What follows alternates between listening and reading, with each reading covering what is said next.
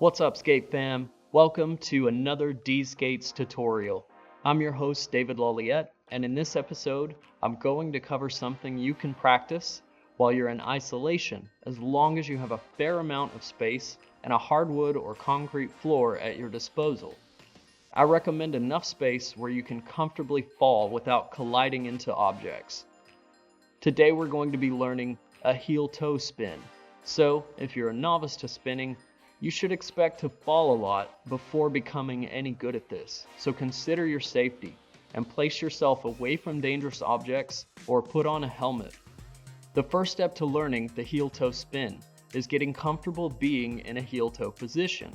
Like I always say, you can do this move in quads or inline skates, but no matter what you're practicing in, the most important thing to understand is that control hinges on slow and stable movements.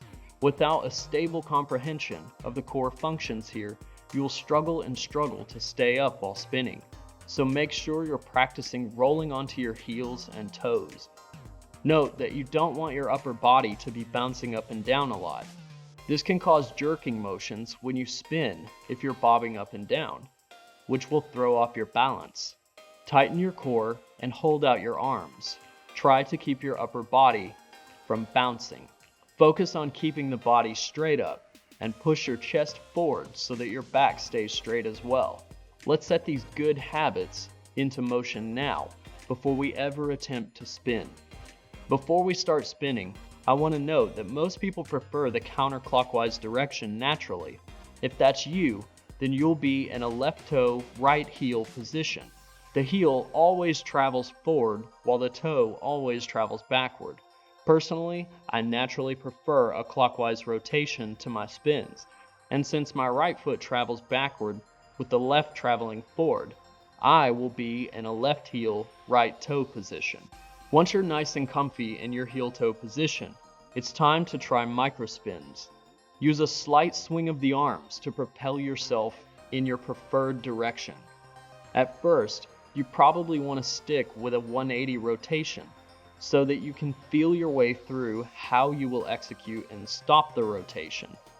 Bend your knees and try not to launch yourself too far upward, as making your center thin and tall will cause you to spin faster and make it more difficult to keep yourself straight up.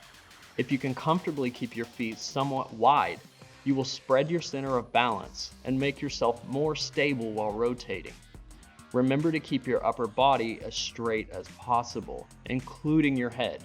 Looking down will tilt your head forward and throw off your center, causing you to lose balance. After you're more comfortable with the 180 rotation, you can try a full 360. Try to intentionally plant your feet and stop yourself at exactly 360 degrees so that you can learn to control precisely when you need to stop. You can expand your spin from there and keep adding rotations, shooting for an extra 180 degrees every time. Eventually, you'll develop enough balance and control to spin indefinitely without ever needing to stop. Or at least, you'll be able to spin until you get too dizzy to go any further. Keep your arms out to sustain a slower and controlled spin, and make sure to keep them level so as not to disrupt your center of balance. If you pull your arms inward, you'll notice your speed increases, but again, as you make your center smaller, it becomes more difficult to maintain your balance. So be aware that the faster you spin, the harder it will be to remain standing. Feel your way through it, slowly and carefully.